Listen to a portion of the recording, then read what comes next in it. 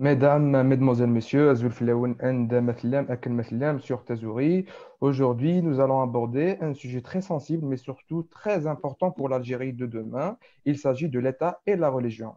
Nous avons l'honneur et le plaisir d'accueillir Monsieur Saïd Jabrkher, islamologue et chercheur en soufisme, et Monsieur Yassine Aïssiouane, militant politique et ex-député. Bienvenue, messieurs, sur notre plateau virtuel. Bonjour. Donc, sans trop tarder, je vais directement me lancer dans le sujet. Très souvent, nous entendons dire que la religion s'occupe du spirituel, aide l'homme à atteindre la transcendance, l'au-delà. L'État, quant à lui, vise à satisfaire les besoins temporels de ses citoyens. Donc, pour des réponses un peu brèves, j'aimerais savoir, selon vous, bien sûr, la relation entre la religion et l'État. Quand je dis l'État, je parle du pouvoir politique. On peut commencer par vous, M. Saïd Jabrkher? Oui, bonjour. Merci de votre invitation. Et j'espère que vous m'entendez. Oui, on vous reçoit normalement. On vous reçoit, oui. Recevez, d'accord. Donc, d'abord, ce qu'il faudrait dire au départ, c'est que il n'existe pas, dans l'absolu, il n'existe aucune relation entre le religieux et le politique. Là, je parle en islam, bien sûr. Il n'y a pas de relation entre le religieux et le politique en islam. Mais nous avons un problème, un grand problème historique. Nous avons en islam un très grand problème historique, c'est que le message de l'islam, il a été travesti parce qu'à l'origine, ce message spirituel a été travesti en projet politique. Monsieur Saïd, Projet Monsieur à Jabrkher, on a partir un problème. On ne vous reçoit pas. On n'entend pas bien là. Et là, c'est pas. Et peut-être qu'il faudrait, Là, on supprimer vous l'image. entend Je sais pas, mieux. il faut peut-être regarder le son parce que c'est le problème. Là, on vous entend mieux. Là, c'est mieux. Oui, parce que le son, il se coupe. Il se coupe. Je ne sais pas si. Hakda, ça marche bien. On vous reçoit Peut-être très bien. si. Attendez, je vais essayer d'enlever la caméra. Et là, est-ce que là, vous m'entendez mieux? C'est la même chose. Est-ce que vous recevez le son? C'est la même chose. Donc, je pense que le son, il est meilleur sans caméra.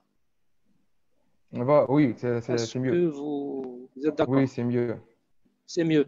Donc, on va garder le son. On va garder le son pour mieux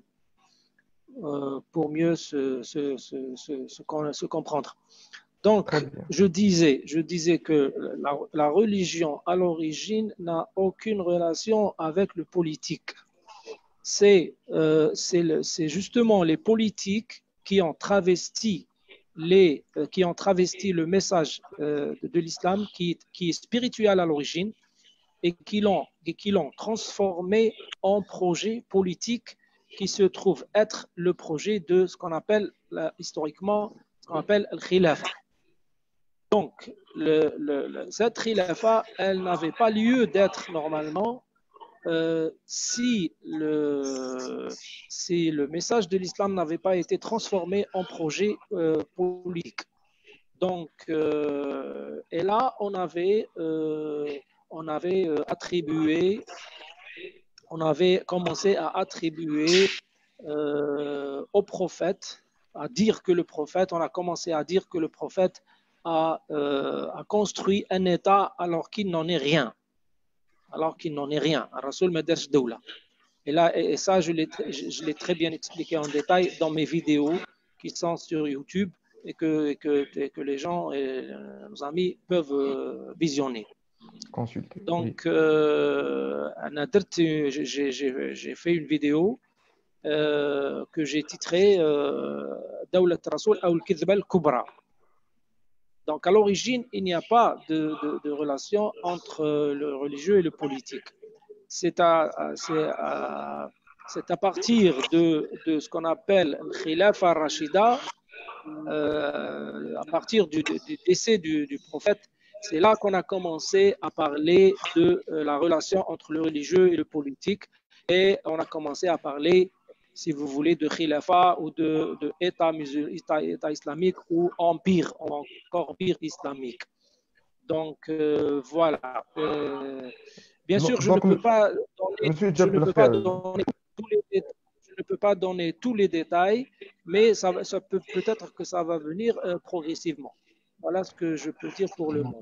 donc, si on parle de la politique actuelle, vous êtes en train de dire que l'islam ou la religion en général est utilisée comme un fonds de commerce chez certains politiciens. Voilà, exactement. La religion, elle a commencé à être utilisée comme fonds de commerce politique à partir du premier siècle de l'Égypte, à partir du décès du prophète. Dès que le prophète avait décédé, les musulmans ont commencé à utiliser la religion comme fonds de commerce politique et ça continue jusqu'à aujourd'hui.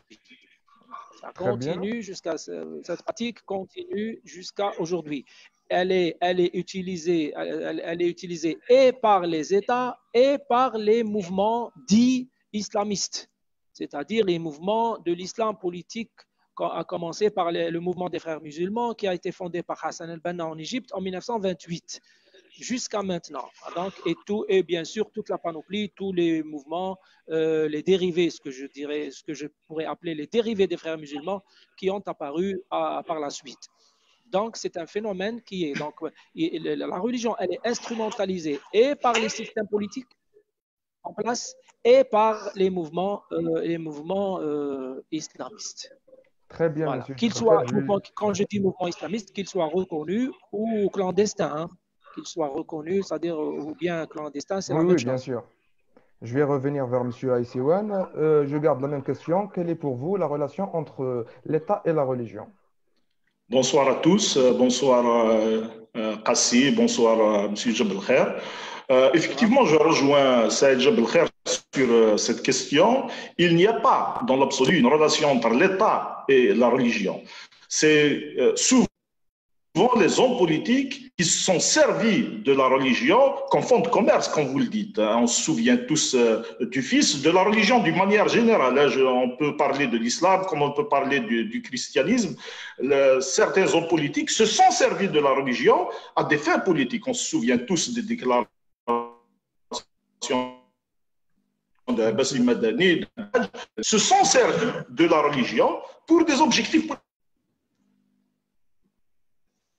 On vous parle, Monsieur Aïssiwan. Déclaration donc, du ministre des Affaires religieuses qui dit que nous ne devons pas sortir, comme on l'appelle en arabe, donc de vessuie qui est décidé par les décideurs algériens actuels. Donc la religion a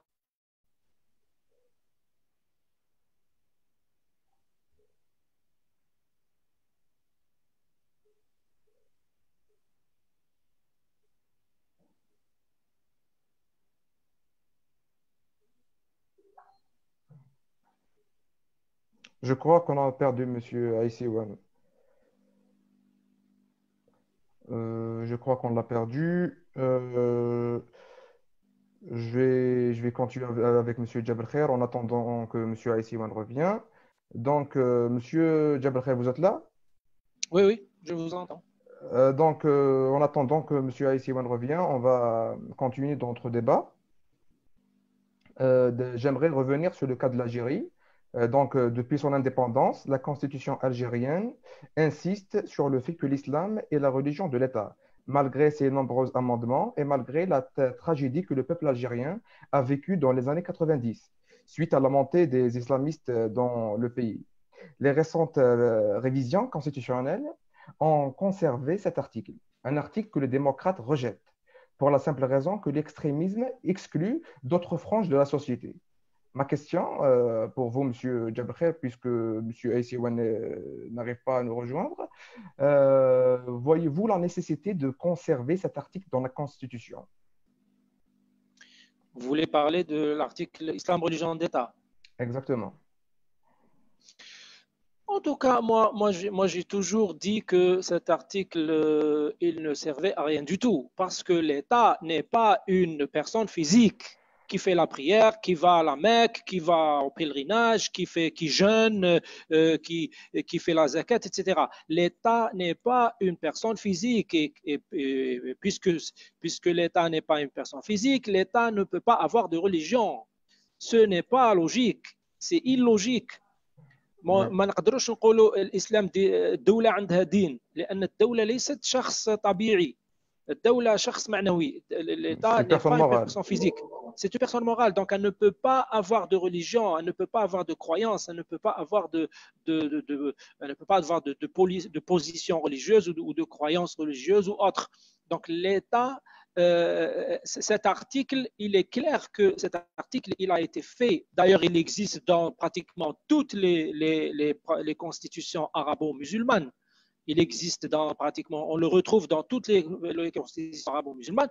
Donc, cet article-là, en fait, c'est un article en fait de maquillage. C'est pour donner une certaine de maquillage politique, c'est pour donner une certaine légitimité religieuse à l'État, mais en même temps, l'État il est dispensé d'appliquer rigoureusement la religion.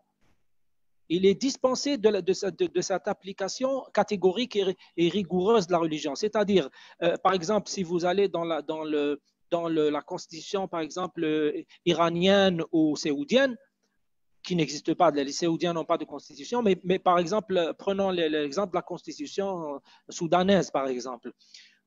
C'est des constitutions qui vous disent que ما يقولكش إسلام دين دولة يقول لك الشريعة هي مصدر القوانين الشريعة الإسلامية هي مصدر القوانين. La source de la constitution. La source de la législation. Et ça c'est un article, c'est-à-dire qui reflète une réalité vécue. Ça, parce que effectivement, les législations, les lois au Soudan, que ce soit au Soudan ou en Iran, sont directement inspirées, c'est-à-dire sont prises directement dans la charia islamique. Mais ce n'est pas le cas des autres pays, comme l'Algérie ou l'Égypte ou autres. Ce n'est pas le cas. L'article Islam, religion de l'État, c'est justement, il est fait pour que l'État soit un instrument, pour que la religion soit un instrument, une sorte de maquillage. Une sorte de maquillage. C'est pour que la religion soit un instrument politique entre les mains de l'État et pour que cet état de choses soit officiel et institutionnalisé. C'est pour ça qu'on a mis cet article dans la Constitution. Sinon, il n'est que maquillage. Cet article numéro 2 n'est là que pour justifier l'instrumentalisation officielle de la religion. C'est tout. Rien de plus. Très bien. Monsieur Aïsséouane, on vous a perdu. Pardon, c'est une mauvaise connexion. Donc, on revient sur la question précédente, si vous voulez. Oui.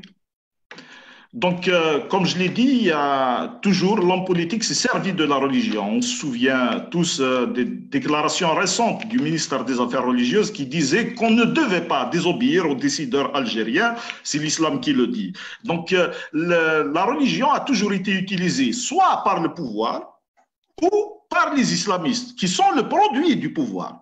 L'islamisme politique n'est pas venu par hasard en Algérie, il est venu suite à des concessions par le pouvoir algérien aux frères musulmans. Et il s'est incrusté dans la vie politique algérienne. Et depuis, il y a eu manipulation. Aujourd'hui, les institutions de l'État, c'est le pouvoir qui manipule l'islam, c'est le pouvoir qui utilise l'islam à des fins politiques. Vous pouvez faire un tour dans les mosquées d'Algérie, les imams, ils reçoivent leurs prêches du ministère des Affaires religieuses. Exactement. Donc les prêches sont dictés par le pouvoir algérien. Il y a manipulation. Et il faut qu'il y ait séparation, justement. La séparation, quand M. Jabel Khair parle de la constitution et de l'article qui dit que l'islam est religion de l'État, il ne faut pas oublier que l'Algérie aussi a ratifié la Déclaration internationale des droits de l'homme et les lois internationales sont supérieures aux lois nationales. Et dans la déclaration, il y a la liberté de pensée, la liberté de conscience, la liberté du culte. Donc, elle est supérieure à tout cela. Il est temps qu'on arrive à une séparation totale du politique et du religieux. À chaque fois que le politique s'est servi de la religion, le résultat a toujours été catastrophique, sinon sanglant. Que ce soit pour l'Algérie ou pour les autres. Hein. Monsieur Aïsseouane, je vais continuer avec vous. L'islamisme, dernièrement, avec la révolution du sourire, essaye de refaire surface. Y a-t-il des chances de revoir l'islamisme revenir de la même force que les années 90? Je ne pense pas, parce que le peuple actuellement, il est vigilant. Nous avons vu qu'effectivement, il y a eu des incursions des islamistes dans les manifestations publiques. Mais la rue, qu'est-ce qu'elle demande, la rue, aujourd'hui? La rue, elle demande un État civil et non militaire. Mais cela suppose aussi un État qui n'est pas théocratique. L'État civil, ça veut dire que c'est des lois conçues par des civils pour des civils, en dehors de la religion. Nous avons vu que le fils, l'ex-fils qui essaye de revenir avec un new look à travers l'organisation Rachet, qui est en réalité un prolongement du fils dissous de cette organisation terroriste. Leurs acteurs, vous pouvez voir, les vidéos existent sur YouTube, les déclarations de Morad Dihina à l'époque, qui disait que les démocrates aussi peuvent faire de Tahar Djaoud, assassiné par les terroristes, de Saïd Mokbel, de Mahfoud Boussebsi, des martyrs à leur façon. C'est des déclarations criminelles. C'est quelqu'un qui assume le terrorisme. Donc ces gens-là qui veulent revenir avec un new look en voulant endosser la responsabilité des 200 000 morts qu'ils ont provoqués en Algérie aux autres, ne peuvent pas passer inaperçus. Ils ne peuvent pas revenir. Je pense que le peuple algérien aujourd'hui est suffisamment conscient. Quand vous entendez dans toutes les wilayas, c'est un prolongement de la Soumam. Et la Soumam dit explicitement que l'Algérie ne sera ni un fio de au Caire, ni à Moscou, ni à Washington, mais Je crois que nous avons perdu encore une fois Monsieur Aïsseouane. Monsieur Aïsseouane, vous êtes là? Je crois qu'on l'a perdu. Monsieur Djabalkhair. Oui, oui, je vous entends. C'est la même question. L'islamisme a-t-il des chances de revenir de la même force que les années 90? Selon vous, bien sûr. De la même force que celle des années 90, je ne pense pas. Mais est-ce qu'il a dans l'absolu des chances de revenir? Je dis oui, je dirais oui.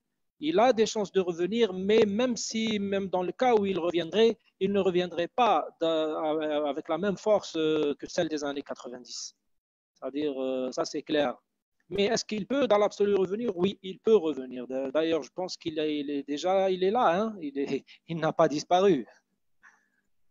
Pour rester, Monsieur Djabalkhair, pour rester dans la même ligne, dites-moi s'il vous plaît, si vous pouvez nous dire comment le politique peut profiter de la religion et est-ce que l'islam est une menace pour l'existence d'un État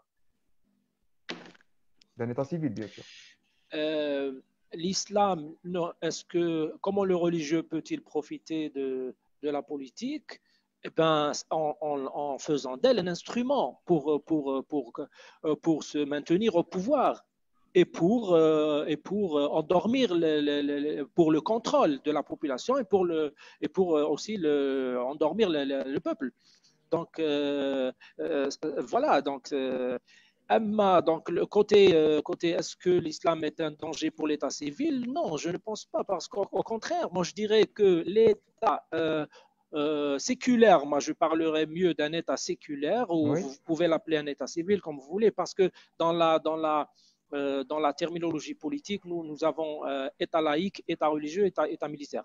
Donc, c'est la société on parle de société civile. Donc, un état séculier, l'islam ne peut pas être un danger. Au contraire, c'est un État séculier, c'est une chance pour l'islam et pour toutes les religions. Parce qu'un État civil, c'est un État qui préserve et qui défend toutes les libertés religieuses. Toutes les libertés religieuses, sans exception. Donc, la preuve, on la voit en Europe, par exemple. En Europe, toutes les religions sont libres, et même l'islam. Nous avons des mosquées en Europe, vous avez des milliers de mosquées en Europe. Donc, l'islam, il est très bien protégé par l'État laïque en Europe, l'État civil, séculaire, laïque en Europe. Donc, il n'y a aucun problème pour le musulman européen, n'a aucun problème. Il est tout à fait libre de pratiquer sa religion, que ce En soit toute dans le cadre liberté. individuel, en toute liberté, sans aucun problème. Donc, c'est bien le contraire, ce n'est pas un danger, c'est une chance. C'est une chance pour les. Au contraire, c'est l'État religieux qui est un danger pour la religion. C'est l'instrumentalisation de la politique de la religion qui est un danger pour la religion. C'est pas parce que quand on instrumentalise la religion de façon politique, on élimine implicitement, on élimine son caractère spirituel. Et quand on élimine et quand on marginalise, on élimine la spiritualité de la religion, c'est qu'on a éliminé l'essentiel de la religion. Donc, on a éliminé la religion. Donc, parce que le religieux, c'est en fait l'essentiel de la religion, c'est la spiritualité. L'essentiel de la religion, c'est la Exactement. spiritualité. Le reste, ce n'est que des couches superficielles, c'est-à-dire que ce n'est que plus ou moins décoratif et rien d'autre. Voilà. Très bien. Je vais revenir vers vous. Monsieur Aïsséouane, vous nous disiez que l'islamisme n'a plus de place dans la scène politique algérienne, celle d'après le 22 février ou celle de l'après-février directement. Oui, je m'excuse tout d'abord pour les coupures, hein. C'est le résultat de la super connexion de Houda Iman Faraoun, hein, qu'il nous a promise. Donc, voilà, c'est l'état de notre pays et sur tous les plans, malheureusement, pas seulement la connexion, hein. Toutes les institutions sont délabrées. Je parlais donc de l'instrumentalisation de l'islam par les politiques. Je suis tout à fait d'accord avec Saïd Jabel Khair quand il dit que l'islam peut être une chance quand il est restitué dans son véritable champ, qui est la foi personnelle. Donc c'est une chose personnelle à écarter définitivement du champ politique. À chaque fois qu'il y a instrumentalisation de l'islam, les résultats sont chaotiques pour notre pays ou ailleurs, dans les pays où les islamistes se sont emparés du pouvoir. Il y a un couple infernal. Il y a le pouvoir d'un côté, il y a les islamistes de l'autre. Les deux utilisent l'islam à leur façon pour les mêmes objectifs, qui sont des objectifs politiques, de prise du pouvoir. Donc, il est temps d'instaurer des fondamentaux démocratiques. Et le peuple les a imposés depuis le 22 février à travers les manifestations qu'a connues l'Algérie sur tout le territoire. Le peuple réclame les fondamentaux démocratiques. Les fondamentaux démocratiques, c'est quoi? C'est la séparation du politique du religieux. Il faut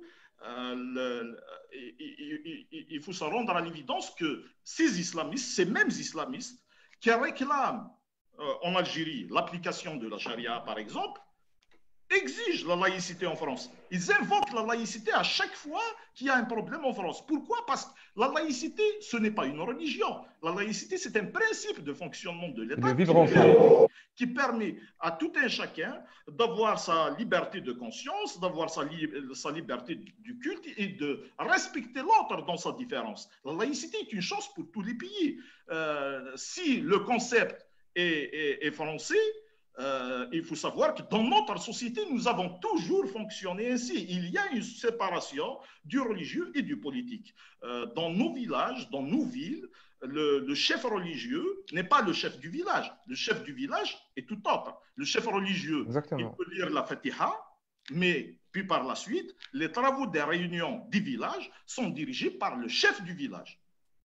Très bien, monsieur Aïsséouane, on va revenir à ça parce que la laïcité, le débat sur la laïcité s'impose aujourd'hui. Donc, c'est le principe de la séparation de la société civile et de la société religieuse. Mais en Algérie, actuellement, c'est le garant de la faisabilité de l'état de droit revendiqué par des millions de citoyens depuis février 2019. Pourquoi, selon vous, la laïcité est diabolisée dans la société autant que terme et autant que projet politique? Non, je ne pense pas qu'elle est diabolisée. Elle est beaucoup plus comprise maintenant. Dans les années 90, le fils et le pouvoir en même temps ont essayé de diaboliser le concept en disant que c'est un concept importé de France. Alors que je dis que dans notre société, nous avons toujours vécu cette séparation. Puis par la suite, qu'on l'appelle laïcité ou sécularité, il n'y a pas de souci là-dessus. Donc, on a essayé de diaboliser un concept en disant que c'est français, alors, tout en sachant que la société algérienne, dans son immense majorité, rejette ce qui est français du fait de la colonisation. Donc, ils essayent de manipuler les consciences, ils essayent de manipuler la fibre nationaliste algérienne à des fins politiques. C'est pour cela qu'il est temps de séparer le champ politique du champ religieux. C'est une exigence fondamentale si nous voulons aller vers un État démocratique et vers un État de droit. La laïcité ou la sécularité, la séparation du champ politique du religieux est consubstantielle à la démocratie. Nous ne pouvons pas parler de démocratie si on ne dissocie pas la religion du politique. Très bien, monsieur Aïsseouane, est-ce qu'on peut parler aujourd'hui de la constitutionnalisation de la laïcité en Algérie? Oui, bien sûr. À partir du moment où nous avons ratifié les conventions internationales, à partir du moment où l'Algérie a ratifié la Déclaration des droits de l'homme, la laïcité s'impose d'elle-même. D'ailleurs, même dans la constitution algérienne, on parle de la liberté du culte. Très bien. Je reviendrai vers vous. Monsieur Djabel. Oui, je vous entends. Pour vous, est-ce que le mot laïcité en lui-même, en tant que terme, est diabolisé dans la société algérienne? Oui, le mot, le terme, il est diabolisé du fait du discours religieux, en fait. C'est le discours religieux et surtout le discours islamiste, qui diabolise le terme de la laïcité. Pourquoi? Pour une raison très simple, c'est que la laïcité, elle est expliquée par les religieux, par les islamistes, est expliquée en tant que quelque chose qui déclare la guerre à la religion. Comme si la laïcité, elle est là pour déclarer la guerre à la religion ou alors pour exterminer la religion, ce qui n'est pas vrai. La vérité, elle est tout à fait contraire. Et la preuve, c'est ce que vient de dire monsieur Aïsseoui, qui a dit que les islamistes, ils revendiquent oui, pardon. Ils revendiquent un État islamique religieux chez eux, mais en Europe, ils revendiquent la laïcité. Pourquoi? Parce qu'ils savent que c'est elle qui défend leur liberté et qui garantit leur liberté. Donc, en fait, il y a une sorte de malcompréhension. La laïcité, elle est très mal expliquée, elle est très mal comprise et elle est intentionnellement mal interprétée par les islamistes. Donc, ce qu'il faudrait, c'est en fait de faire de l'explication, de faire de la pédagogie et davantage de pédagogie pour faire comprendre ce concept-là, laïcité ou sécularisme, comme vous voulez. Donc, c'est pour que les gens comprennent que ce n'est pas quelque chose qui est là pour. La laïcité n'est pas là pour déclarer la guerre à la religion, bien au contraire, elle est là pour la défendre. Et elle est là pour garantir toutes les libertés religieuses sans exception. Voilà. Monsieur Djabel, nos internautes se demandent est-ce que un État démocrate veut dire un État laïque?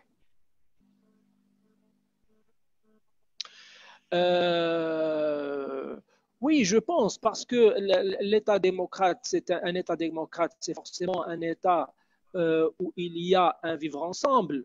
Donc, il y a des différences. Et un respect de la différence et une acceptation de la différence, une acceptation de l'autre qui est différent. Donc, il y a cette diversité, que ce soit dans les idées, que ce soit dans les idées au plan idéologique ou bien même dans les idées politiques. donc les projets politiques. Donc forcément, un État démocratique ne peut être que séculaire. Parce qu'un État, si l'État n'est pas démocratique, s'il n'est pas séculaire, donc c'est qu'il va être soit militaire, soit religieux, et dans les deux cas, il va être exclusif. Il ne va pas être inclusif. On l'a vu, c'est-à-dire on le voit dans toutes les dictatures militaires ou les dictatures religieuses. On voit que c'est des systèmes exclusifs, donc qui n'acceptent pas la différence, qui n'acceptent pas les avis différents. Donc voilà. Donc euh, euh, quand on est dans un État démocratique, on est forcément dans un État séculaire. Exactement, très bien. Monsieur Aïssewa, nous avons une question pour vous. Un internaute se demande, est-ce que les partis laïcs se rendent compte du danger de l'utilisation de la religion de certains individus ou mouvements islamiques? Oui, mais bien sûr, le résultat, nous l'avons connu, plus de 200 000 morts en Algérie. Donc, à chaque fois que la religion a été utilisée, je le dis, le résultat a été chaotique, sanglant. Ici, chez nous, ailleurs, on peut voir le cas de l'Afghanistan, du Pakistan, de beaucoup de pays hein, qui ont utilisé la religion à des fins politiques. Juste pour préciser, M. Saïd Jebel Khair avait dit que les islamistes ont mal compris la laïcité. Non, ils ont très très bien compris. D'ailleurs, ils la revendiquent ailleurs.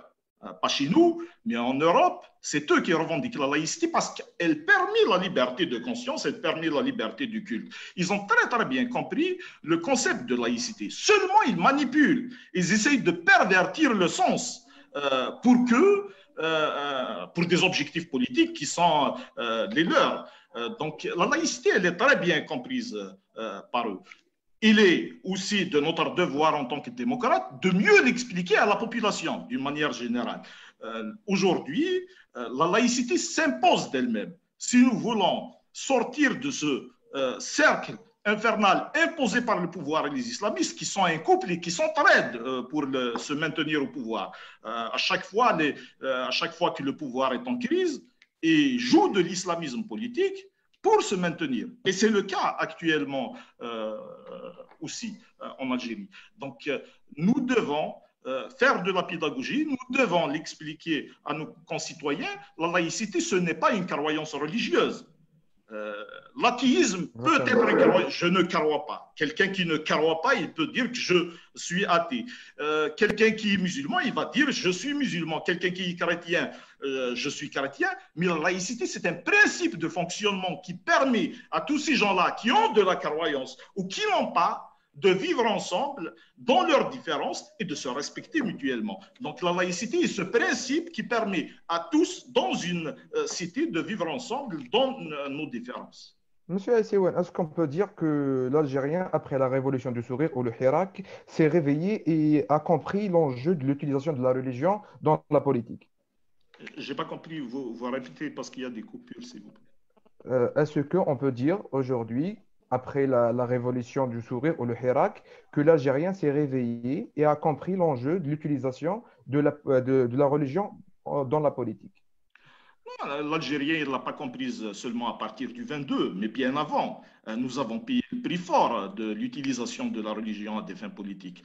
Je dis que la société des années 90, la société du fils, ce n'est pas un produit algérien, c'est un produit importé d'Égypte. C'est l'école qu'on a confiée aux islamistes à leur tête, Ahmed Talib Ibrahimi, dès l'indépendance, qui a produit l'Algérie des années 90. Ces gens-là doivent rendre des comptes. C'est eux qui ont importé les frères musulmans en Algérie et qui ont propagé cette idéologie criminelle d'un projet islamiste politique. L'islam algérien n'a rien à voir avec tout ça. L'islam algérien, c'est l'islam de la tolérance, c'est l'islam du respect, c'est l'islam de la fraternité, c'est un islam nord-africain. Nous n'avons rien à voir avec cet extrémisme qui nous est étranger.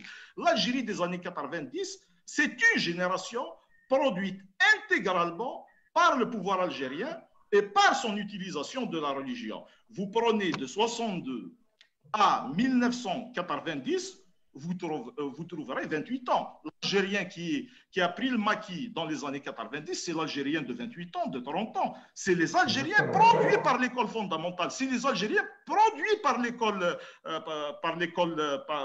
du pouvoir, par l'école qu'on a confiée à des islamistes dès l'indépendance. C'est ça le problème aujourd'hui.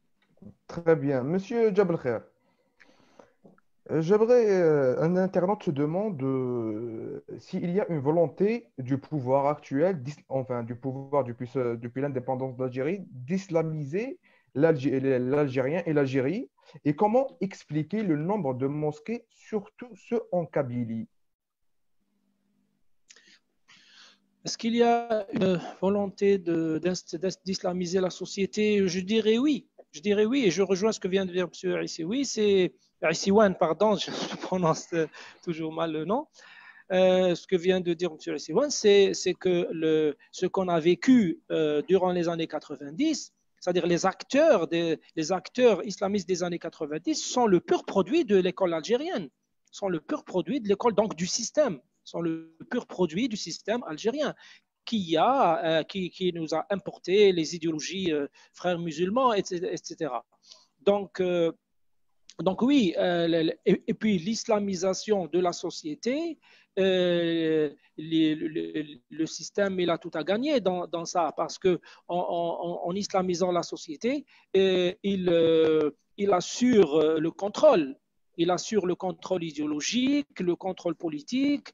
Donc, nous avons entendu dernièrement que la religion, nous avons entendu à la télévision un haut responsable nous dire que la religion nous ordonne d'obéir au prince du moment. Et donc ça veut tout dire. Donc elle est très bénéfique, l'islamisation de la société pour le système. Donc elle lui assure le contrôle. Voilà.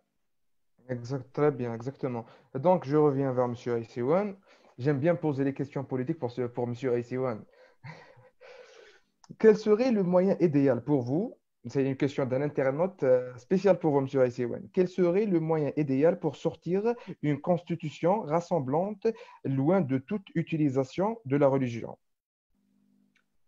Est-ce qu'il y a un mécanisme pour impliquer toutes les franges de la société pour sortir avec une constitution loin de la religion? Il faut, dès le départ, ne pas biaiser le jeu. Il faut que les règles du jeu soient claires pour tous. Soit nous voulons la démocratie, soit nous ne la voulons pas. Si les fondamentaux démocratiques sont clairs dès le début pour tous et tout le monde y souscrit, nous pouvons y arriver. Mais si vous avez une frange comme les islamistes d'aujourd'hui qui essaient de manipuler, leur objectif c'est de parvenir au pouvoir uniquement. On se rappelle tous des déclarations du vice. La démocratie tempi, démocratie kofr. Dès qu'ils arrivent au pouvoir, on ne peut plus les remettre en cause. Non, la démocratie c'est un tout. Ce n'est pas seulement le vote. Celui qui gagne l'élection, cela ne veut pas dire qu'il a gagné qu'il a eu le diplôme pour exercer une dictature, comme le dit le docteur Saadi. La démocratie est un tout. Il faut prendre le tout.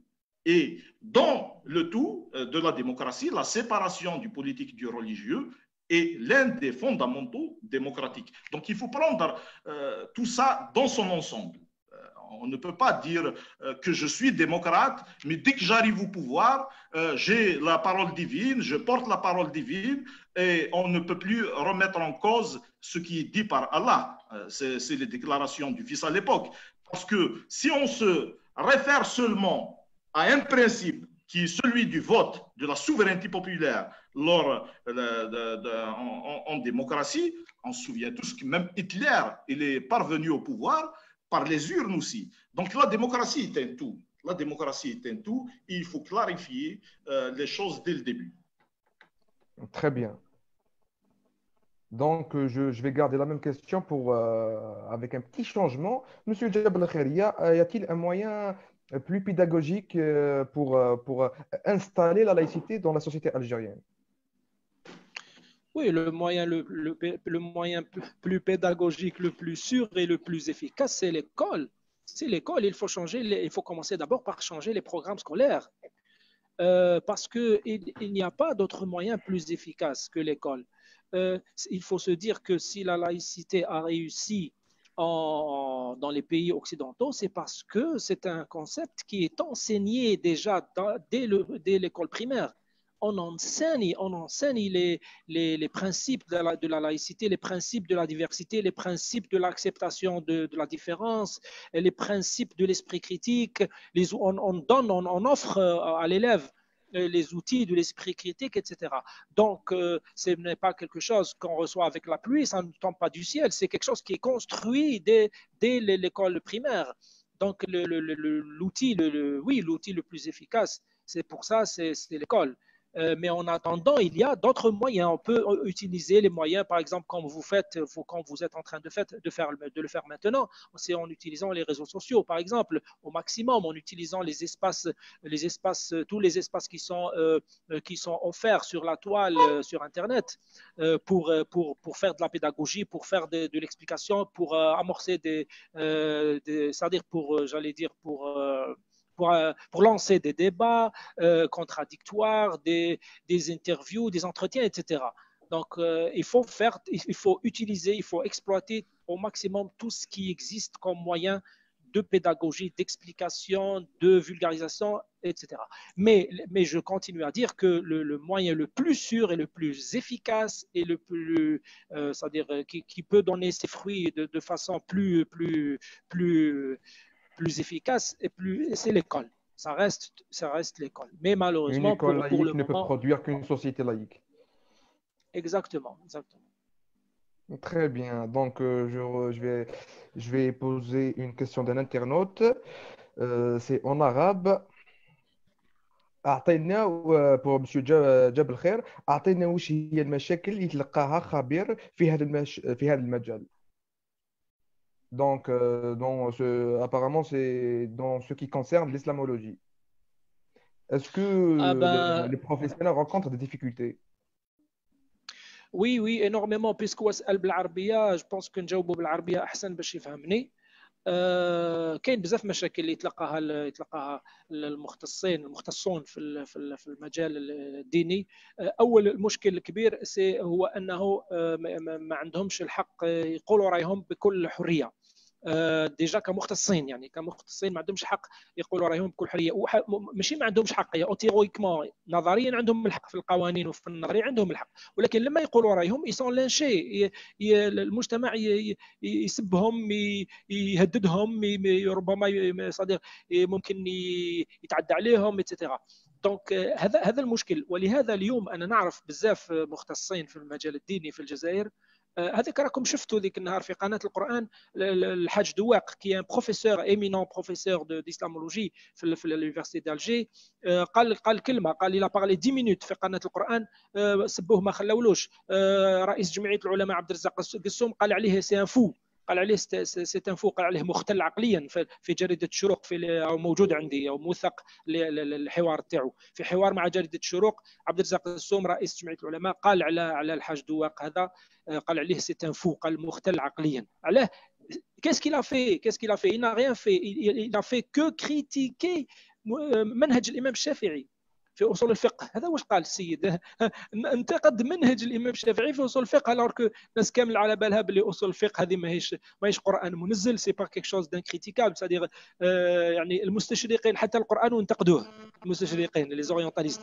دونك مادام كاين هذا الاسلوب تاع المجتمع في التعامل مع المختصين، يعني اللي يقول رايه يسبوه ولا يهددوه ولا هذاك، كما صرا مثلا فرج فوده في مصر، قتلوه.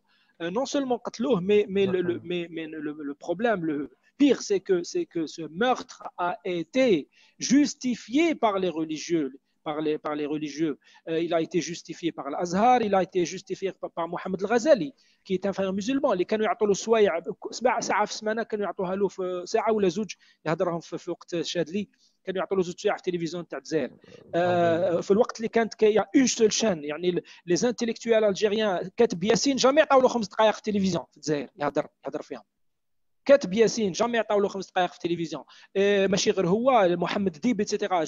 Plusieurs intellectuels n'ont jamais eu la chance d'avoir 5 minutes de parole sur la télévision algérienne. Mais واحد كيما فرير مسلمان كيما محمد الغزالي كانوا يعطوا له بالساعات يتكلم. والسيد هذا قال باللي فرج فوده كان لازم يموت. Mais le problème c'est pas que le jeune اللي قتلوه. Le problème, c'est que le jeune Hada, il s'est substitué à l'État. C'est l'État qui devait le tuer. C'est dingue, c'est fou. Donc, انت كيفاش تحب واحد مختص؟ ولهذا كاين بزاف مختصين اليوم في الجزائر. Moi, j'en connais beaucoup, mais qui ont peur de parler. Ils ont peur de parler, ils ont peur pour leur intégrité physique, ils ont peur pour eux-mêmes, ils ont peur, voilà, ils ont peur. Donc, ما تقدرش انت تهضر في مجتمع وين تخاف على روحك. Voilà, هذه هي. Monsieur Malheureusement. Jabalkhair, ce n'est pas que les intellectuels qui souffrent de ça, mais même les jeunes. D'ailleurs, les jeunes qui sont passés sur le reportage de TV5 Monde ont subi une campagne, sur les réseaux sociaux. Comment vous expliquez ça? Oui, oui, mais moi j'explique ça par une seule chose, c'est que l'école, depuis l'indépendance, n'a pas fait son job, n'a pas fait son travail. L'école n'a inculqué aux Algériens depuis l'indépendance que du prêt à penser. Du prêt à penser politique, du prêt à penser historique, du prêt à penser religieux, du prêt à penser moral, du prêt à penser éthique. Dans tous les domaines, on nous a inculqué du prêt à penser. On ne nous a pas inculqué les outils de l'esprit critique. On ne nous a pas inculqué la diversité. On ne nous a pas inculqué le respect de la différence. On ne nous a pas inculqué les droits de l'homme. On ne nous a pas inculqué le droit de l'homme, de l'être humain à être différent, à avoir ses propres idées, à les défendre, etc. Le droit de l'être humain à s'exprimer et à être écouté respectueusement. On ne nous a pas inculqué tout ça.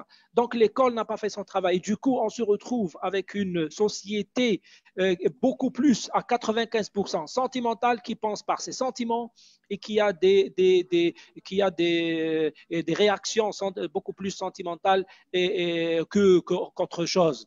Et voilà, on récolte le produit de l'école depuis l'indépendance. Il n'y a rien d'extraordinaire, c'est-à-dire il n'y a rien de sorcier, c'est pas sorcier, c'est très logique. J'aimerais avoir l'avis de M. Aïssiouane par rapport à ça, par rapport à ces intellectuels, à ces jeunes qui se font lyncher parce qu'ils ont exprimé leurs idées ou leurs opinions. Tout à fait d'accord avec Saïd Jabelkhair. Si nous voulons changer les choses en Algérie, il faut changer l'école. Nous avons dit que l'Algérie des années 90, c'est le produit d'une école qui a été confiée dès l'indépendance aux islamistes. Donc si nous voulons aujourd'hui aller vers un système républicain, il faut changer l'école. Il faut aller vers une école républicaine, une école qui produit des citoyens et non pas des sujets ou des islamistes, par état prendre les arts. Il faut changer l'école. Il faut aller vers une école républicaine, laïque, où l'être humain est au centre de tout développement. Dès l'école primaire, nous devons enseigner aux enfants la déclaration des droits de l'homme. Elle doit être comprise et apprise par tous si nous voulons aller de l'avant. Il faut une école républicaine. Et le changement ne peut venir que de cette base-là. Vous vous souvenez des déclarations de feu Mahmoud Boudiaf, avant qu'il soit assassiné par le pouvoir. Il avait dit que l'école algérienne, le système éducatif algérien est sinistré. Il avait ajouté, juste avant d'être assassiné, il avait dit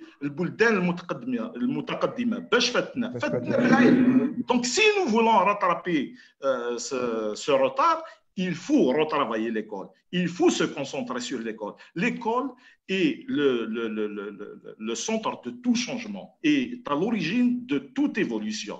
La richesse de demain, c'est la richesse humaine. Et nous avons peu travaillé sur la richesse humaine. Jusqu'aujourd'hui, on travaille des richesses naturelles. L'Algérie vit grâce au pétrole. Elle ne vit pas grâce à la richesse produite par l'homme. Et la richesse produite par l'homme ne peut venir que de la base. Et à la base, il y a l'école.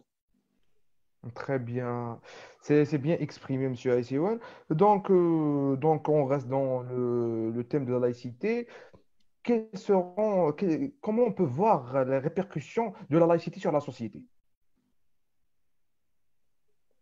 Qu'est-ce qui va changer dans une société laïque par rapport à la société, la société algérienne actuelle? La différence.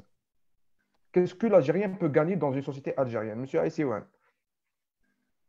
Oui, d'abord, il y a le respect de l'autre dans sa différence, et puis la religion va être prémunie des manipulations politiques. On a dit maintenant qu'un haut responsable algérien avait dit que le citoyen ne doit pas désobéir au prince du moment, comme l'a signifié Saïd Jebel Khair. Demain, dans une société laïque, le prince du moment, il est critiquable par le simple citoyen.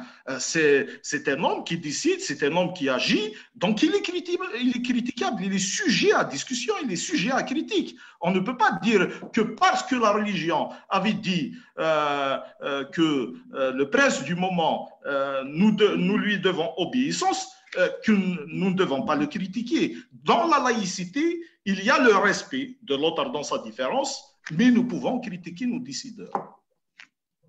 Monsieur Jebel Khair, est-ce qu'on peut dire que l'Algérie aujourd'hui est devant un projet qui doit satisfaire les Algériens dans tous les secteurs, surtout sur les secteurs politiques, religion et social? Je n'ai pas bien saisi votre question. Est-ce que la mission de l'Algérie, quand je dis l'Algérie, je parle de la société et des politiques, des mouvements populaires, de la révolution qui se passe actuellement en Algérie, est-ce qu'elle est devant un grand projet pour revoir tous ces secteurs et Oui, oui, satisfaire, bien effectivement. sûr, Effectivement, mais le problème, c'est que ce projet-là, il n'a pas encore été dégagé. C'est-à-dire, personnellement, je ne vois pas encore un projet qui a été dégagé et qui peut faire qui peut faire le consensus, un certain consensus parmi tous les Algériens. Donc, pour le moment, on ressent on ressent des divergences, on assiste à des divergences sur le plan du projet à adopter. Donc, les islamistes ont peur de la laïcité. Les laïcs, certains démocrates ont peur du retour de l'islamisme en force. Je dis certains démocrates, pas tous. Donc, il y a une sorte de quiproquo, une sorte d'incompréhension, une sorte d'invisibilité. Donc là, il n'y a pas, il y a pas un projet visible, clair, qui peut être actuellement adopté par tous les Algériens, c'est-à-dire qui peut faire l'ijma', yani, le consensus. Voilà, voilà. Monsieur Aïsseouane, vous êtes là? Oui. Donc, nous avons une question pour vous. Un internaute vous demande, est-ce que vous pensez que la défaillance des démocrates fait que les islamistes ont plus d'impact sur la société algérienne? Je ne pense pas qu'ils aient plus d'impact sur la société algérienne, puisque les démocrates sont tout le temps présents. Hein. Les démocrates, ils sont sur le terrain et les manifestations qui se sont déclenchées à partir du 22 ne parlent pas d'une Algérie islamiste, ils parlent d'une Algérie démocratique. Donc c'est le projet de la Soumam, c'est le projet démocratique d'avril 80 qui est porté aujourd'hui par la rue algérienne. Donc nous ne pouvons pas dire que les islamistes ont plus d'impact. C'est vrai que les islamistes ont plus de moyens que les démocrates, parce que les démocrates, ils agissent en fonction de leurs moyens propres, avec leurs propres moyens, et les islamistes ont d'abord le soutien du pouvoir, qui a tout fait pour islamiser la société. Deuxièmement, ils ont le soutien des puissances étrangères, le Qatar et la Turquie. Nous savons tous qu'elles financent des chaînes comme le Maghrébia, par exemple, comme l'organisation Rached. Ils ont des financements extérieurs. Et cela, c'est un financement qui vient de l'étranger, de ces puissances islamistes qui sèment. Allô? Oui, on vous reçoit, monsieur Yassine. Qui sèment la haine et la terreur dans le monde.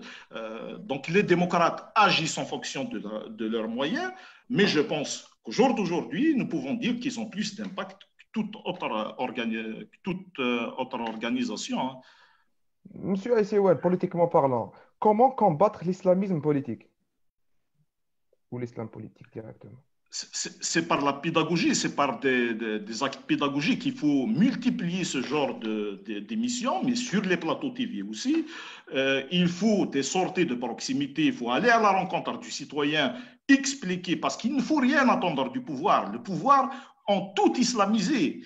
Si aujourd'hui une organisation islamiste arrive au pouvoir, ils vont chômer. Et comme l'a dit un jour le docteur Saadi dans un forum avec le Khabar et Marianne, ils vont chômer parce qu'il n'y a rien à faire, absolument rien à faire. Le pouvoir a tout fait, il a islamisé la société.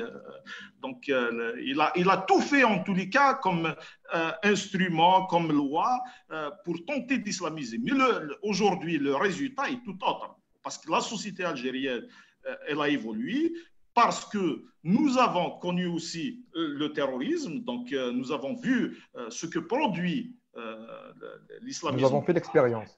Ah oui, nous avons fait l'expérience douloureuse de l'islamisme politique. Donc, je pense que nous sommes tirés d'affaire. Mais il faut de la vigilance. Il faut de la vigilance parce que ces organisations essayent de revenir avec de new look.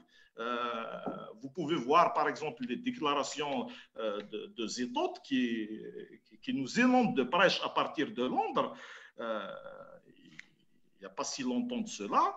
Il a insulté la Kabylie, il disait de mauvaises choses de la Kabylie. Il a essayé d'évoluer pour s'introduire, s'infiltrer en Kabylie. Donc, c'est des manipulations sur lesquelles il faut rester vigilant. Nous, en tant que démocrates, nous devons rester vigilants et nous devons toujours faire de la pédagogie et rester proche du citoyen. Très bien. Monsieur Saïd Jabalkher, nous avons une question pour vous. Un internaute vous demande, puisque vous êtes une personnalité publique controversée, qu'est-ce qui fait de vous une personne visée et par d'autres ulama et personnalités intégristes? Ce qui fait de moi une personne visée par les autres, c'est parce qu'on est de la même spécialité. Nous sommes de la même spécialité. Moi, je connais tout ce qu'ils connaissent et je connais peut-être un peu plus parce que moi, je fais tout le temps de la recherche ils sont toujours sur ce qu'ils ont appris à l'université ou dans les zawiyas. Donc, c'est normal. Je connais les donc, le problème avec moi, c'est que moi, je connais bien, je suis dans le domaine de la spécialité et je connais tout ce qu'ils connaissent et je peux apporter la critique de leurs connaissances. Je peux apporter la contradiction de leurs connaissances à partir de leurs sources, pas à partir des sources non musulmanes, non, à partir des sources musulmanes. Et c'est ça qui leur pose problème. Monsieur Jabalkher, dans un contexte un peu plus politique, est-ce qu'aujourd'hui on peut parler sur la suppression du ministère des Affaires religieuses? Le ministère des Affaires religieuses, pour moi, le ministère des Affaires religieuses, il n'a pas lieu d'exister, sauf s'il existe je dirais,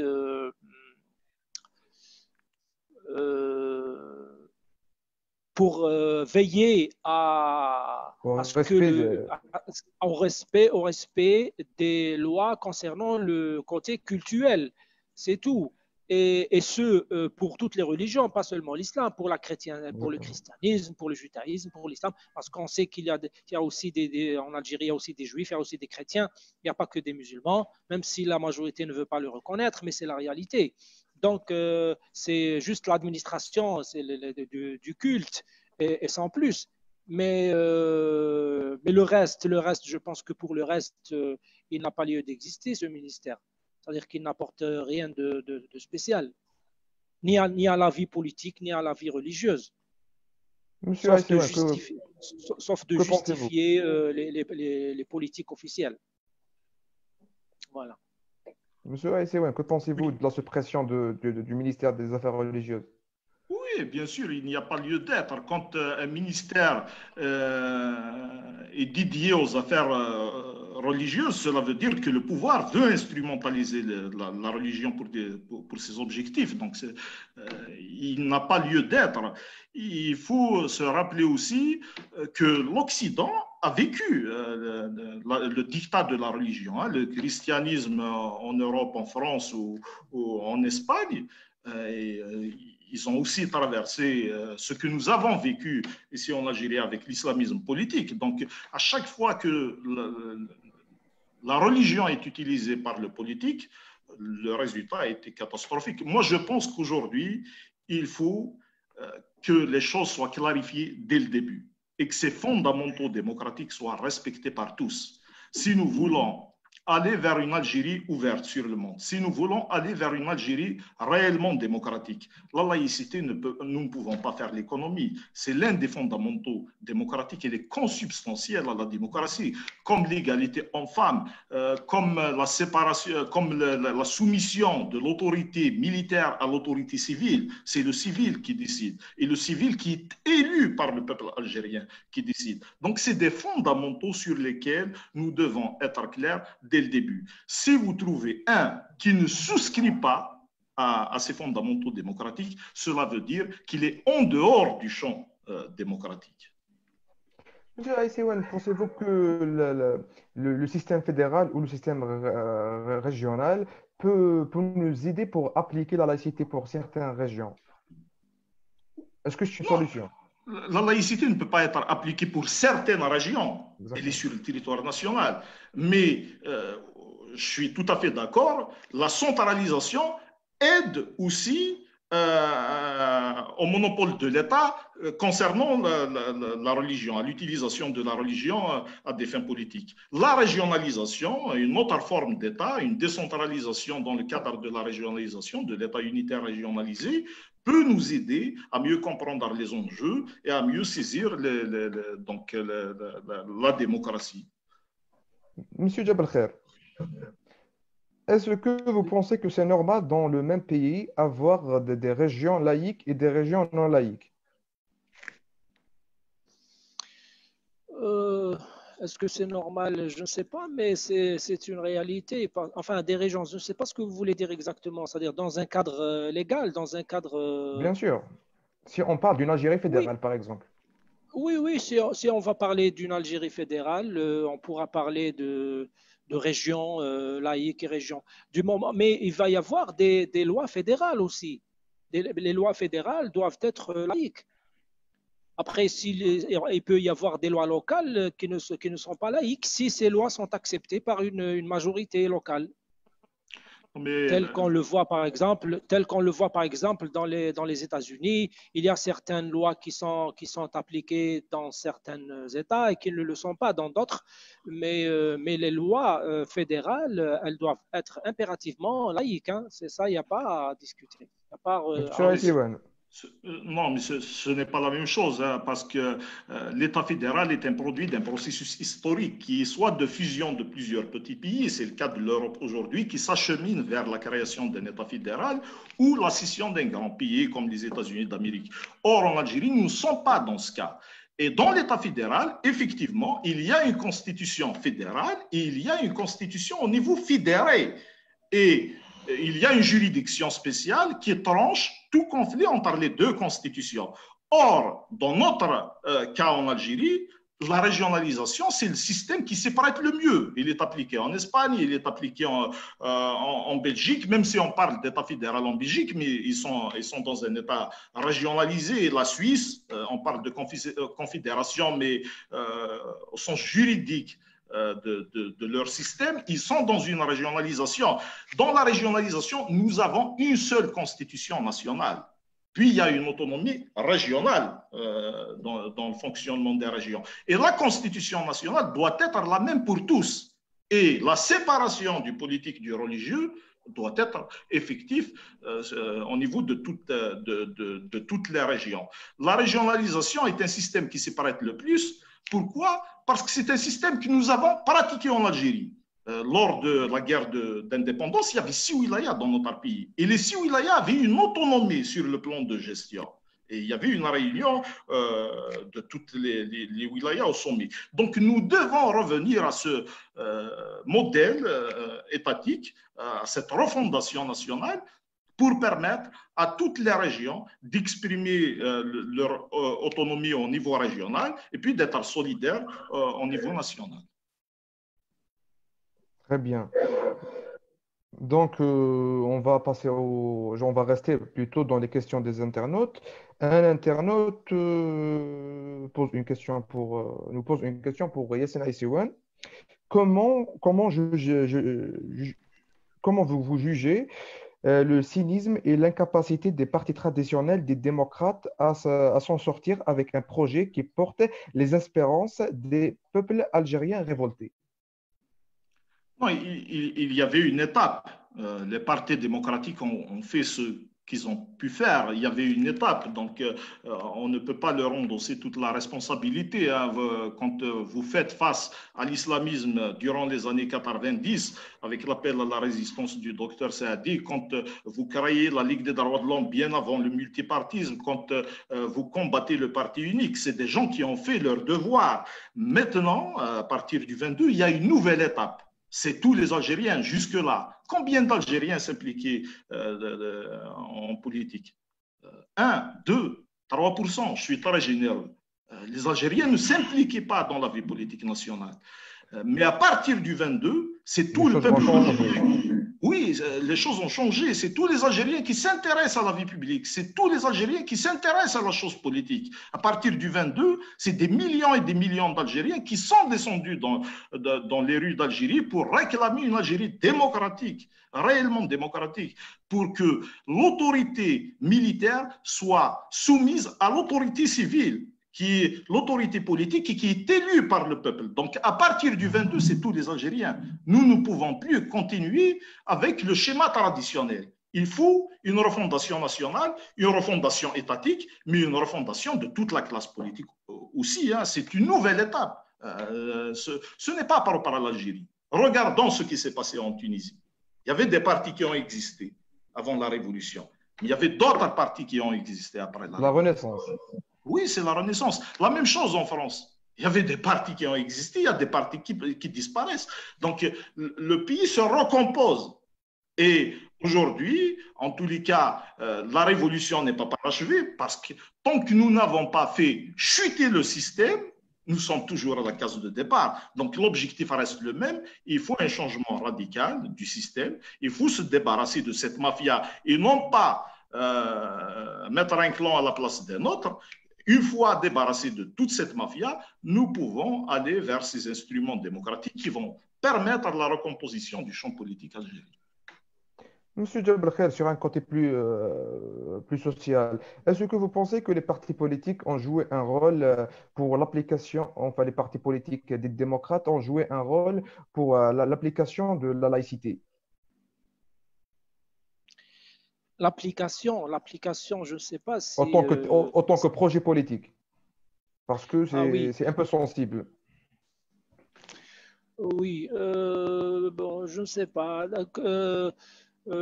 Comme à titre personnel, je ne suis dans aucun parti politique. Je pense que la pratique la pratique démocratique dans les partis politiques algériens, elle n'est pas au même degré dans tous les partis démocrates. Elle n'est pas au même degré. Donc, il y a des partis qui sont au plan intérieur, c'est-à-dire au plan de leur propre structure, qui sont je dirais, plus démocrates que d'autres. Voilà, c'est tout ce que je peux dire puisque je n'ai pas toute l'information concernant ce sujet.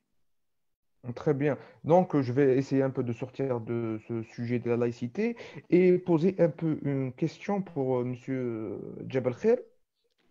Pourquoi l'Algérien, c'est un peu votre domaine, la sociologie, donc pourquoi l'Algérien est parmi les seuls citoyens au monde qui préfèrent s'identifier par sa religion et puis par sa langue, qui n'est pas sa langue, l'arabe, avant de s'identifier en tant qu'Algérien? Un Tunisien s'identifie en tant que Tunisien. Un Français s'identifie en tant que Français. Un Américain s'identifie en tant qu'Américain. Par contre, l'Algérien se définit en tant que musulman, puis en tant qu'Arabe. Comment expliquez-vous cela? Eh ben, à mon avis, cela s'explique directement par, tout simplement par la politique qui a été adoptée par le système depuis l'indépendance. Donc, le système algérien n'a jamais opté pour une Algérie algérienne. Le système algérien a toujours opté pour une Algérie arabo-musulmane. Et donc, ça s'est répercuté sur les programmes scolaires et tout ce qui je ne vais pas répéter tout ce qui a été expliqué, très bien expliqué par M. Ressiwan. Donc, le système algérien, il a toujours opté pour l'arabisation et l'islamisation de la société algérienne à travers l'école, à travers le discours de la mosquée et même à travers le discours médiatique.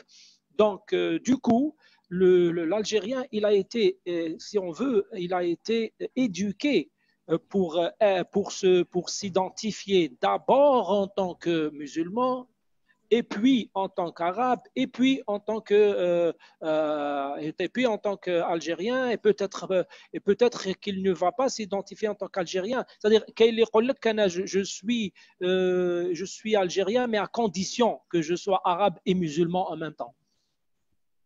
Si je ne Exactement. suis, c'est-à-dire, il y a des Algériens qui vont vous dire si je ne suis pas arabe et musulman, je n'ai rien à faire de mon algérianité. Quelqu'un me l'a dit, hein. Il y a quelqu'un qui me l'a dit, c'est quelqu'un qui est très, très bien instruit, etc. C'est pas, donc, et donc ça, c'est encore une fois, c'est le produit du système. C'est le résultat de la politique du système qui a été appliqué depuis, adopté et appliqué depuis 62. Et nous savons tous que le système qui a influencé le plus dans ce domaine, c'est le système boumedienne. Et le système boumedienne, tout le monde sait que c'était un système qui était en cours de légitimité, puisqu'il est venu par un coup d'État. Donc, il était en cours de légitimité politique. Donc, il a cherché cette légitimité, il l'a trouvée, et il l'a bien trouvée chez la tendance ulama. Donc, et c'est pour ça qu'il a pris pratiquement presque tous les cadres des oulémas, il les a pris dans ses ministères. Il les a pris d'abord à commencer par Talib Ibrahimi. Talib Ibrahimi, c'est le fils du deuxième président des oulémas, Cheikh Ahmed Talib Ibrahimi et Cheikh Bachir Ibrahimi. Bachir. Donc,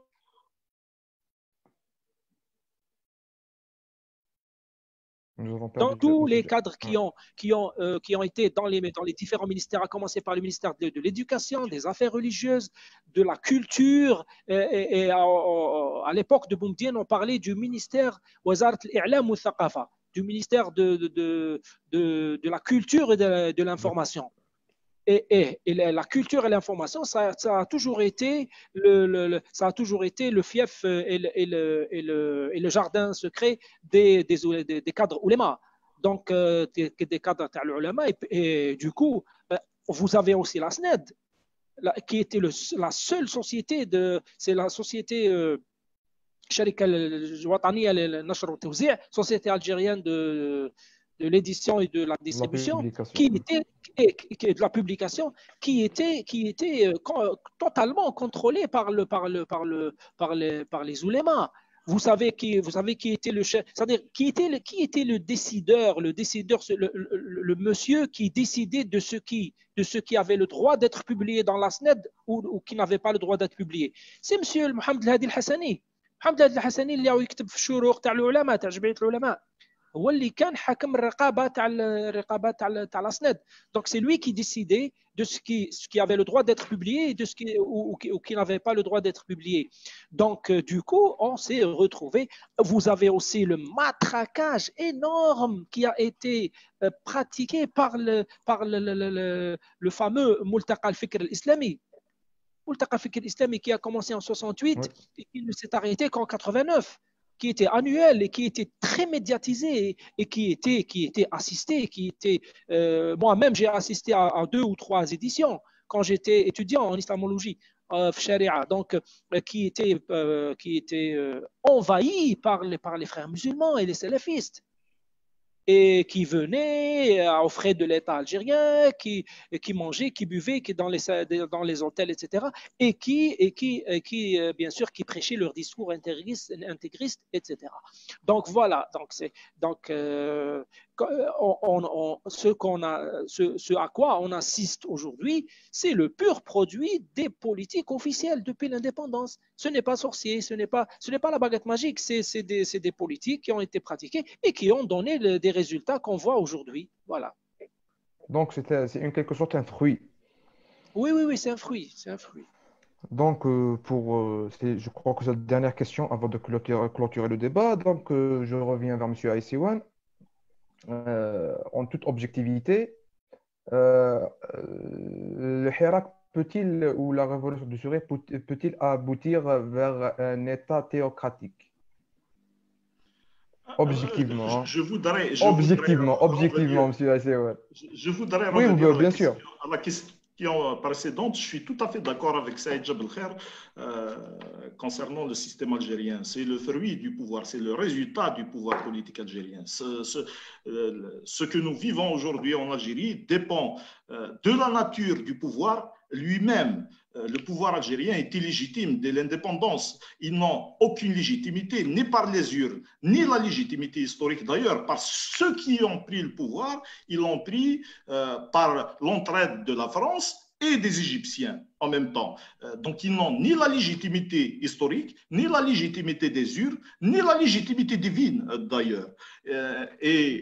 Donc tout est bâti dans notre pays sur du faux. Et quand on bâtit sur du faux, on a toujours besoin d'une béquille à gauche et à droite pour mieux se positionner. Et c'est comme ça qu'ils ont eu recours à l'islamisme et à l'arabité pour tout fausser en Algérie. Et il y a un problème identitaire dans notre pays. L'Algérie de la Soumam, justement, c'est l'antithèse de tout cela. L'Algérie de la Soumam, c'est l'Algérie algérienne. Il n'y a pas une identité statique. L'identité statique, c'est la définition française de l'identité. Il y a une identité dynamique et ça évolue. Ce que nous sommes aujourd'hui, ce n'est pas ce que nous étions hier. Je me souviens, j'ai eu une discussion avec le docteur Lounaoussi qui nous racontait, le docteur Lounaoussi, c'est l'un des animateurs d'Avril 80, c'est un ancien détenu aussi, qui nous disait ceci. Il y avait un colloque qui était organisé, je ne me souviens pas où, il y avait quelqu'un qui ne parlait que l'arabe et le français, il ne parlait pas berbère, et était invité au colloque. Il avait peur de prendre la parole parce qu'il n'y avait que des partisans de la berbérité dans la salle. Et Mouloud Louna aussi l'a motivé pour prendre la parole. Et quand il a pris la parole, qu'est-ce qu'il a dit? Il a dit, je suis finico, byzantin, arabo, turco, franco, d'origine berbère. À la base de tout, c'est l'origine berbère. Donc il est temps que l'Algérien se réconcilie avec son identité, sa véritable identité. L'identité n'est pas statique, elle est dynamique. Donc il faut enseigner à nos enfants tout cela dès l'école. Et ça, c'est le produit de l'école. Et ça, c'est le résultat de l'école. Donc, ce que nous avons aujourd'hui comme résultat, c'est le produit du pouvoir algérien. Il faut tout changer, il faut tout balayer et reconstruire à zéro dans notre pays. Maintenant, concernant la révolution du sourire, je ne pense pas qu'il y ait de chance d'aboutir vers ça. Les islamistes ont tout fait pour se régénérer, pour se donner un nouveau look à travers l'organisation Rached. Mais cette organisation, elle est démasquée aujourd'hui. Et les Algériens et les Algériennes la connaissent mieux. Concerner le problème. C'est une organisation qui a des financements, c'est une organisation qui a des appuis, mais c'est un recyclage de l'ancienne organisation terroriste, le FIS. Et c'est eux qui ont provoqué les 200 000 morts et il est temps qu'ils assument leurs responsabilités dans la tragédie algérienne. Très bien, c'est très bien exprimé. Monsieur Jabelkher, oui. une analyse par rapport au Hirak, à la révolution du sourire. Est-ce que vous voyez un aboutissement dans un État théocratique où on peut réussir à établir un État laïque? Non, non, personnellement, je ne pense pas que le processus du Hirak aboutisse à un État théocratique. Non, je ne pense pas, franchement. parce que tout simplement cela, et si cela devait arriver, je pense que nous irons droit vers un autre conflit, semblable à celui des années 90, ce qui n'est souhaitable par personne en Algérie. Donc, non, sérieusement, je ne pense pas que le processus du Hirak aboutisse à un État théocratique, c'est-à-dire. Mais bon, il se peut que. Après, je ne sais pas. Après, je ne vais pas faire de spéculation par rapport à ça. Voilà ce que je peux dire. Je n'aime pas spéculer. Moi, j'aime donner mon avis sur la base d'informations claires et précises. Mais comme il y a très peu d'informations sur ce plan, du moins pour moi, donc je préfère ne pas dire plus à ce sujet. Avant de clôturer l'émission, vous pourrez nous donner un dernier mot? Eh ben, je voudrais vous remercier pour cet effort, pour l'effort que vous faites, cet effort de pédagogique, cet effort d'explication, cet effort de vulgarisation. Et vous remercier aussi pour m'avoir invité. Et j'espère que ça ne sera pas la dernière rencontre avec vous. Non, ça ne serait pas la dernière rencontre. Monsieur Aïssewan, Oui. un dernier mot. Merci pour l'invitation. Merci, Kassi. C'est un plaisir de débattre avec vous, aussi avec Saïd Jabel Khair. Je Plaisir dirais que le partagé. combat continue. Hein. Bien sûr. C'est le plus important. Ah oui. Donc, nous étions avec Monsieur Yassine Aïssewan et Monsieur Saïd Jabel Khair dans un débat sur la laïcité et l'État. Merci pour tous ceux qui nous ont suivis. Bonne nuit à tous. Merci.